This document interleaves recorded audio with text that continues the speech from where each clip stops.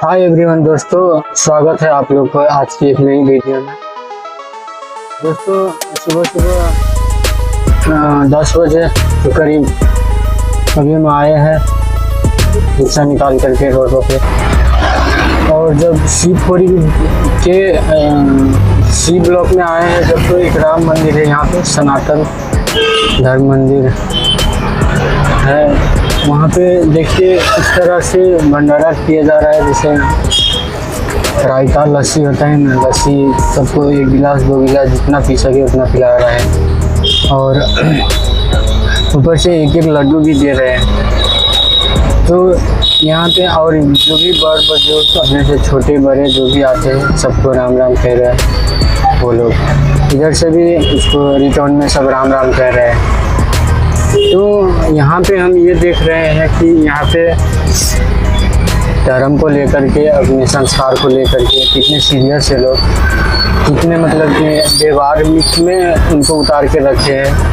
अपने से छोटे मिलते हैं बड़े मिलते हैं, सबको राम राम या राधे राधे कहते हैं। और हम लोग जो है गांव में अपने भाई से, बाप से या अड़ोसी पड़ोसी से किसी से भी बात तक हेलो हाई भी नहीं करते हैं।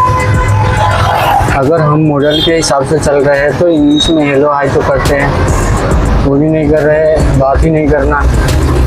तो धर्म संस्कृति बता के रखने से अपने आप को संतुष्ट होगा जैसा महसूस होता है।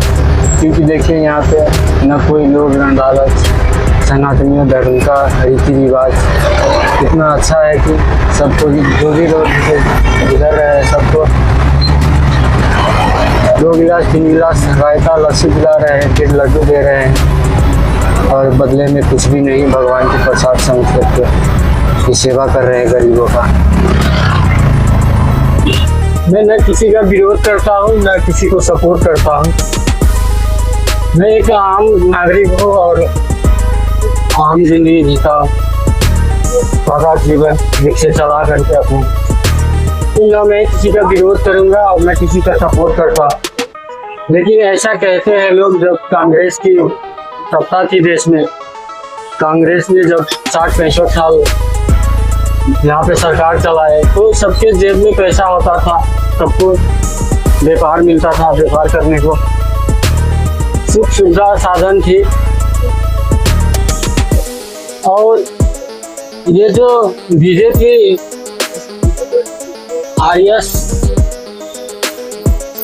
RSS वाले, अगर भारतीय जनता पार्टी के कोई नेता, अगर कोई लोग इस तरह का बयान देते हैं कि देश की सेना हमारे गुलाम है, हम जो कहेंगे वही करेगा, तो जाहिर सी बात है उन्होंने जो किया है और जो कर रहे हैं उस वो बात अपने जबान पे लाने में सक्षम हो रहे हैं। क्योंकि जो लोग जो ऐसा काम करता है, जैसा नियति रहता है, उसके जबान पे कभी न कभी वो बात आ ही जाता है।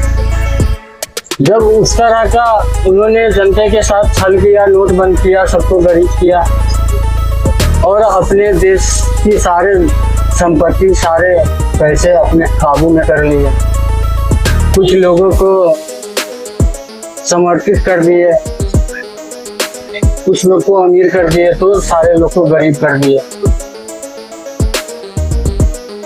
तो इस तरह का बयान देने का एक ही रीजन है कि देश का सेना भारतीय जनता पार्टी का गुलाम, ये जो कर रहे हैं वो अपने जवान पे ला रहे हैं।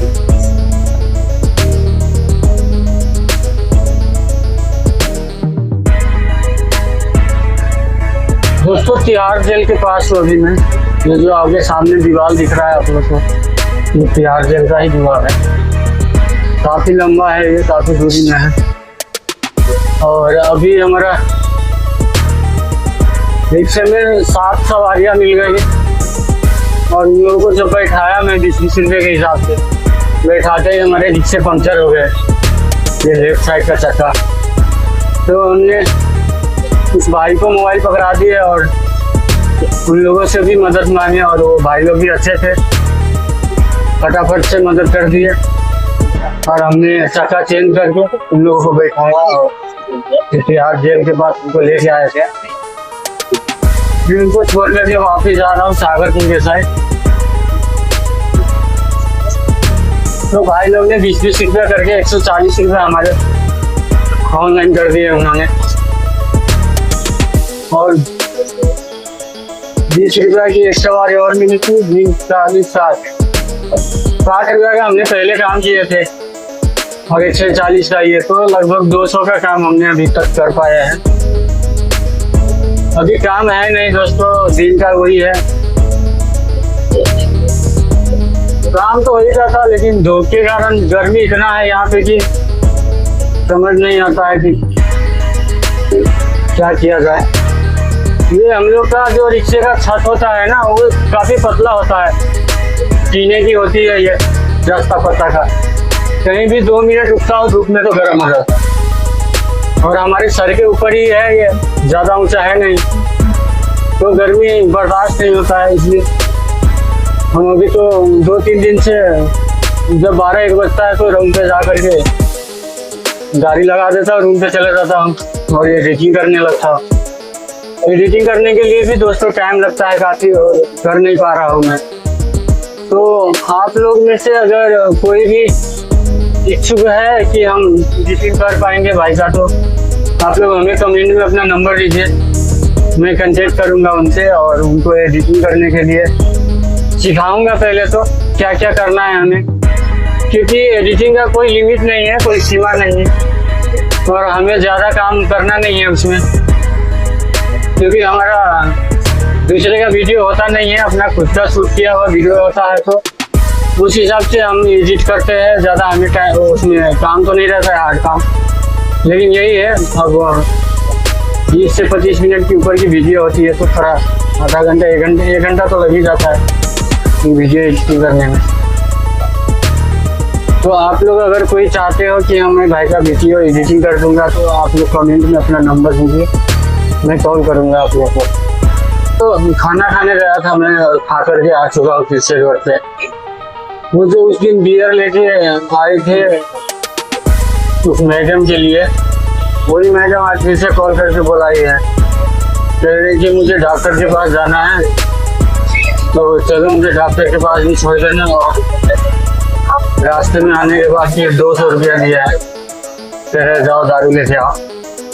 तो मैं अभी जा रहा हूँ ठेके पे दारू लाने, जहाँ पे दारू मिलता है, और व्हाइट एंड ब्लू नाम की जो बोतल होती है वो दारू पीती है, खुद पीती है या किसी और के लिए ले जाती है तो मुझे पता नहीं, तो कह नहीं सकता। और उनको मैं डॉक्टर के पास भी छोड़ा, तो उनका इलाज भी चल रहा है, तो शायद किसी और के लिए भी होगा, मंगाता होगा।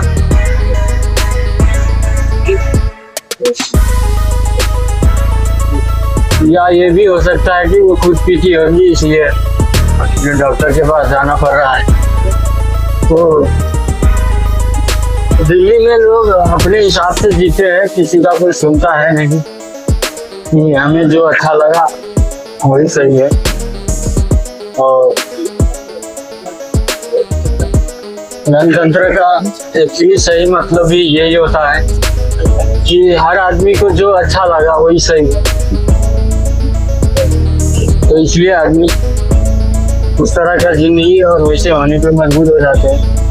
इसलिए आप अपने जगह पे सही होते हो, उतना ही सही सामने वाला भी अपनी जगह पे होता है,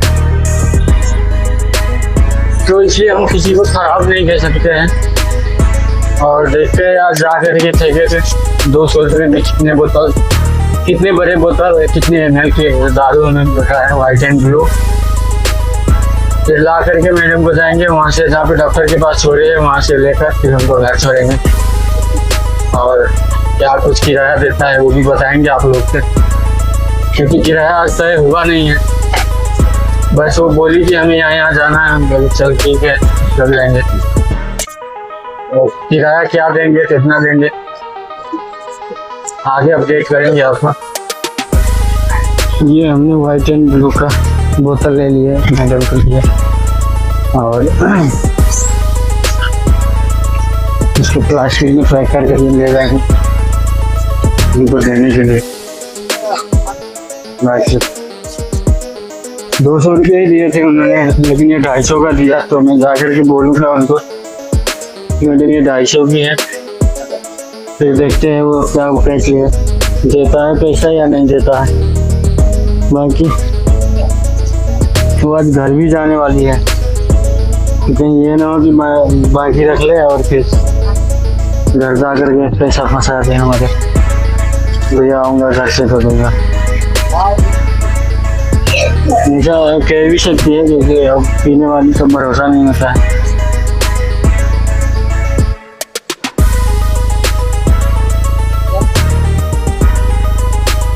तो हम मानेंगे तो नहीं, लेकिन देखते हैं आगे जाकर सेट पर। सुबह तो बनता ही है हमारा 50 रुपया दारू लाना, उसे कितने में, और 50 रुपया तो कम से कम देगा लाने आना, लेकर जाना और लेके आना है वहाँ से डॉक्टर के पास से। तो 100 रुपया देना चाहिए था हमको। तो देखते हैं कितना देती है वो।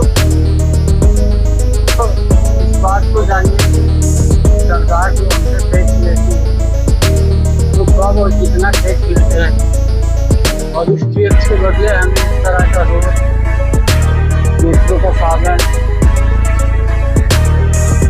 ये सब देते हैं। तो क्या इतना ही हमें मैं उचित है जो व्यवस्था सरकार ने दी दे रहे हैं हमें सुविधा, क्या उतना ही होना चाहिए या इससे कम ज़्यादा होना चाहिए, ये बात आप लोग को भी कीजिएगा। हम पहले आप लोग को बताएंगे कि हमसे सरकार टैक्स का प्रॉब्लम है। जब हम आगे पेट में होते हैं तो जो वैक्सीन लगते हैं उस वैक्सीन में सरकार टैक्स लेती है। उसके बाद अगर हम किसी प्राइवेट में जाकर के बता किसी का डिलीवरी होता है, अगर उसका किराया 5,000 से ज़्यादा है, अगर खर्च 5,000 से ज़्यादा है तो उसके लिए हमें टैक्स देना पड़ता है। उसके बाद हम थोड़े घर के होते हैं